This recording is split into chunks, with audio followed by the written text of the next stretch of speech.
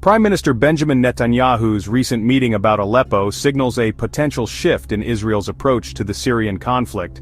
This meeting, which brought together top military and political advisors, marks a significant moment in Israel's foreign policy. Netanyahu's focus on Aleppo, a city that has become a symbol of the Syrian war's devastation, indicates a deeper concern for the regional power dynamics that are rapidly evolving. This gathering, shrouded in secrecy, underscores the gravity of the situation in Syria and its implications for Israeli security. The confidential nature of these discussions highlights the sensitive and potentially volatile nature of the decisions being made. The stakes are high, and the outcomes of these meetings could have far-reaching consequences for the region. The focus on Aleppo, a city ravaged by years of fighting, highlights Israel's growing concern over the shifting balance of power in the region. Aleppo's destruction serves as a stark reminder of the human cost of the conflict and the strategic importance of the city in the broader geopolitical landscape. The city's fate is closely watched by regional powers, each with their own interests and agendas. This essay will analyze the potential outcomes of Israel's strategic shift in Syria. By examining the various factors at play, we can better understand the motivations behind Israel's actions and the possible repercussions for the region. The analysis will consider the historical context, current developments, and future scenarios that could unfold as a result of this shift. The meeting's timing coincides with significant developments in the Syrian war. Recent events have dramatically altered the landscape, with various factions gaining and losing ground. The fluid nature of the conflict means that Israel must remain vigilant and adaptable, ready to respond to new threats and opportunities as they arise. The Syrian government, backed by Russia and Iran, has made considerable gains against rebel forces. This alliance has shifted the balance of power in favor of the Assad regime, complicating the situation for other regional actors. The involvement of major powers like Russia and Iran adds another layer of complexity to the conflict, making it even more challenging for Israel to navigate. This has raised concerns in Israel about the increasing influence of Iran and its proxies along its northern border. The presence of Iranian forces and their allies so close to Israeli territory is seen as a direct threat to national security. Israel's leaders are acutely aware of the need to counter this influence and protect their borders from potential incursions. The meeting signifies Israel's recognition of these changing dynamics and its need to adapt its strategy accordingly. By reassessing its approach, Israel aims to stay ahead of the curve and ensure that it can effectively respond to new challenges. This strategic shift is not just about immediate threats, but also about long-term security and stability in the region. Israel has long maintained a policy of non-intervention in the Syrian civil war, focusing primarily on securing its own borders and preventing the transfer of advanced weapons to Hezbollah in Lebanon. This policy has been driven by a desire to avoid becoming entangled in the complex and multifaceted conflict. However, the changing dynamics on the ground are forcing Israel to reconsider its stance. However, the evolving situation in Syria, particularly the growing Iranian presence, has forced Israel to reassess its position. The potential for increased Iranian influence in Syria poses a significant threat to Israeli security. As a result, Israel is exploring new strategies to counter this threat and protect its interests in the region. The Aleppo meeting suggests a potential departure from its previous hands-off approach. This shift could involve more direct involvement in the conflict or increased support for certain factions.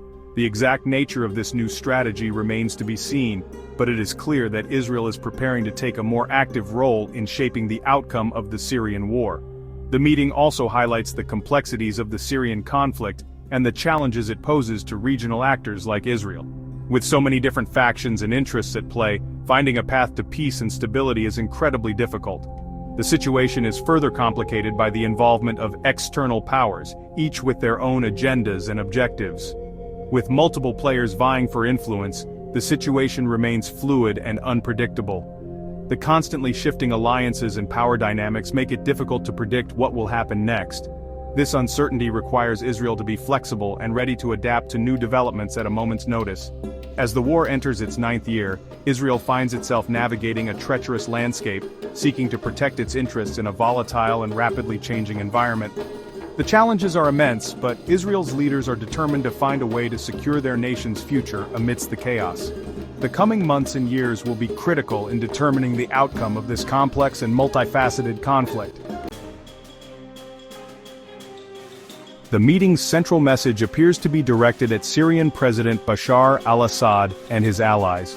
This message is not just a casual remark, but a strategic communication aimed at altering the dynamics on the ground in Syria.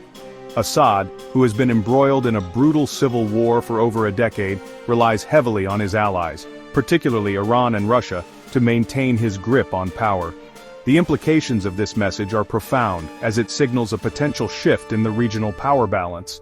Israel, while not directly involved in the fighting, is sending a clear signal that it will not tolerate certain actions within Syria. This stance is rooted in Israel's broader security doctrine, which emphasizes preemptive measures to neutralize threats before they materialize. The aerial footage of Syria juxtaposed with Israeli flags underscores the proximity and the stakes involved.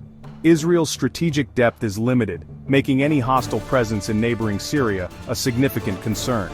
These actions primarily revolve around Iran's entrenchment and the transfer of sophisticated weaponry to Hezbollah. Iran's military presence in Syria is not just about supporting Assad, it's part of a broader strategy to project power and influence across the Middle East. Hezbollah, as Iran's proxy, plays a crucial role in this strategy. The transfer of advanced weaponry, including precision-guided missiles, to Hezbollah is a red line for Israel because it directly threatens its security. Netanyahu's government has repeatedly stated that it will not allow Iran to establish a permanent military presence in Syria. This policy is not just rhetoric, it is backed by a series of military actions aimed at disrupting Iranian operations in Syria. The Israeli Defense Forces, IDF, have conducted numerous airstrikes targeting Iranian assets and supply lines. Netanyahu's stance reflects a broader consensus within the Israeli security establishment that Iran's presence in Syria is an unacceptable risk. The concern is that such a presence would pose a direct threat to Israeli security, enabling Iran to open a new front against Israel from Syrian territory. The Syrian-Israeli border, already a tense and militarized zone, could become even more volatile. Military bunkers and fortifications on the Israeli side highlight the preparedness and the seriousness with which Israel views this threat. The potential for escalation is high, and any miscalculation could lead to a broader conflict. The message to Assad is that allowing Iran to entrench itself further could invite Israeli intervention. This is not an idle threat. Israel has demonstrated its willingness to act decisively to protect its interests. The airstrikes serve as a stark reminder to Assad of the consequences of aligning too closely with Iran. For Assad, the challenge is to balance his reliance on Iranian support with the risks of provoking Israeli retaliation. Furthermore, Israel is wary of the transfer of advanced weapon systems, particularly precision-guided missiles, from Iran to Hezbollah. These weapons could significantly enhance Hezbollah's capabilities, allowing it to strike targets deep within Israel with greater accuracy.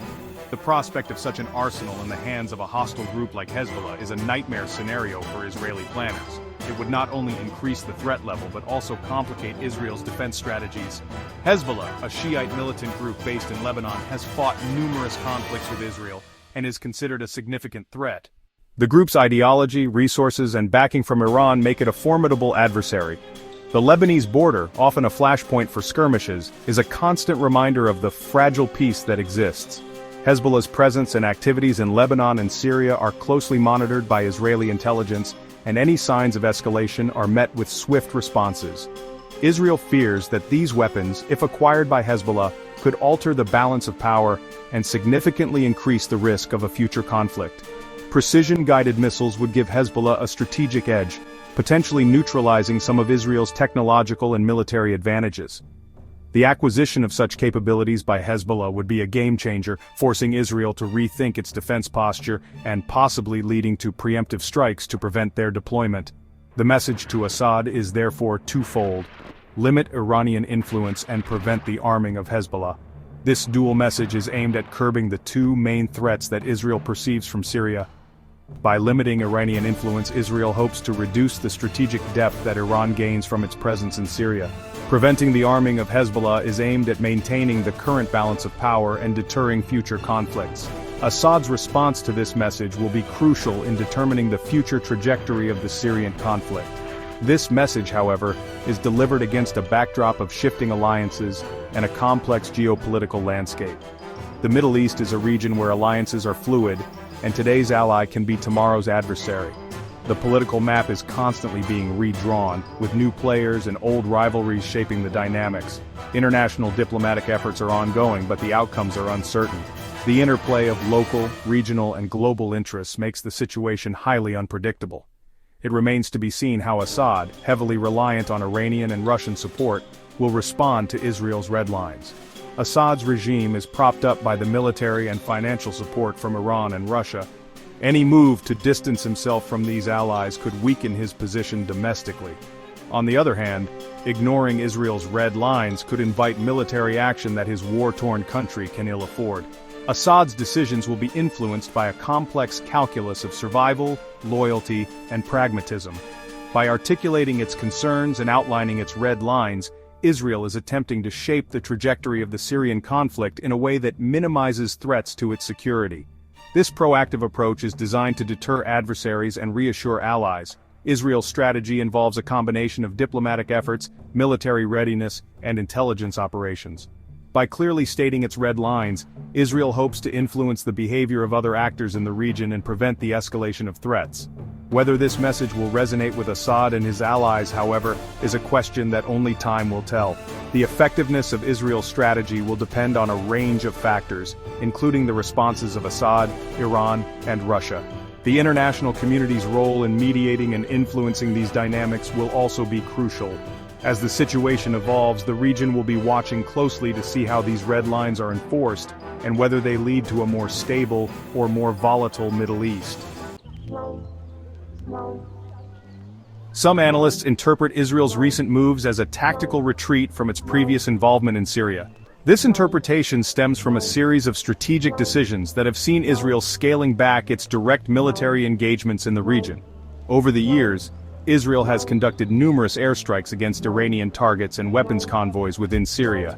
These operations were aimed at curbing Iran's influence and preventing the transfer of advanced weaponry to Hezbollah, a militant group that poses a significant threat to Israeli security. However, with Russia's increased military presence and the Syrian government's resurgence, these operations have become increasingly risky. The presence of sophisticated Russian air defense systems and the bolstered capabilities of Syrian forces have complicated Israel's ability to carry out airstrikes with impunity. The potential withdrawal from the battle against Iranian entrenchment could be seen as a pragmatic response to these changing dynamics. Israel's military planners are likely weighing the costs and benefits of continued engagement in a theater where the risks have escalated significantly. Direct confrontation with Iranian forces carries the risk of escalation, potentially dragging Israel into a wider regional conflict. Such a scenario could have far-reaching consequences, not only for Israel but for the entire Middle East, as it could trigger a chain reaction of military responses from various regional actors. By shifting its focus, Israel might be prioritizing other means of securing its interests. This could involve enhancing its intelligence capabilities, strengthening its missile defense systems, and forging stronger alliances with other regional powers to counterbalance Iran's influence. However, others view this move as a calculated gamble. They argue that by reducing its military footprint, Israel might be attempting to create a strategic vacuum that other actors, particularly the United States, will feel compelled to fill. By reducing its military footprint, Israel might be hoping to create a vacuum that other actors, particularly the United States, will feel compelled to fill. This strategy hinges on the assumption that the U.S. will recognize the growing threat posed by Iran and step up its involvement in the region. The Trump administration's decision to withdraw American troops from Syria has been widely criticized, with some arguing that it has emboldened Iran and Russia. Critics contend that the withdrawal has left a power vacuum that adversaries are eager to exploit, thereby undermining regional stability. Israel's strategic shift could be aimed at prompting a reassessment of the U.S. withdrawal. By highlighting the dangers of a diminished American presence, Israel might be seeking to persuade Washington to reconsider its stance and re-engage more robustly in the region. The message to Washington might be that a continued American presence is crucial for containing Iranian influence and ensuring regional stability. Israel's leaders are likely emphasizing that without U.S. support, the balance of power in the Middle East could tilt unfavorably towards Iran and its allies. By stepping back, Israel might be attempting to induce a more proactive American approach. This could involve increased military aid, intelligence sharing, and diplomatic efforts to isolate Iran on the international stage. The potential withdrawal, therefore, can be interpreted in two ways: a pragmatic adjustment to a changing reality, or a calculated maneuver to influence the actions of its allies. This dual interpretation underscores the complexity of the geopolitical landscape in the Middle East, where every move is fraught with potential consequences. The true nature of this move will likely become clearer as the situation in Syria continues to unfold. As events progress, the international community will be watching closely to see how Israel's strategy plays out and what implications it will have for the broader regional dynamics.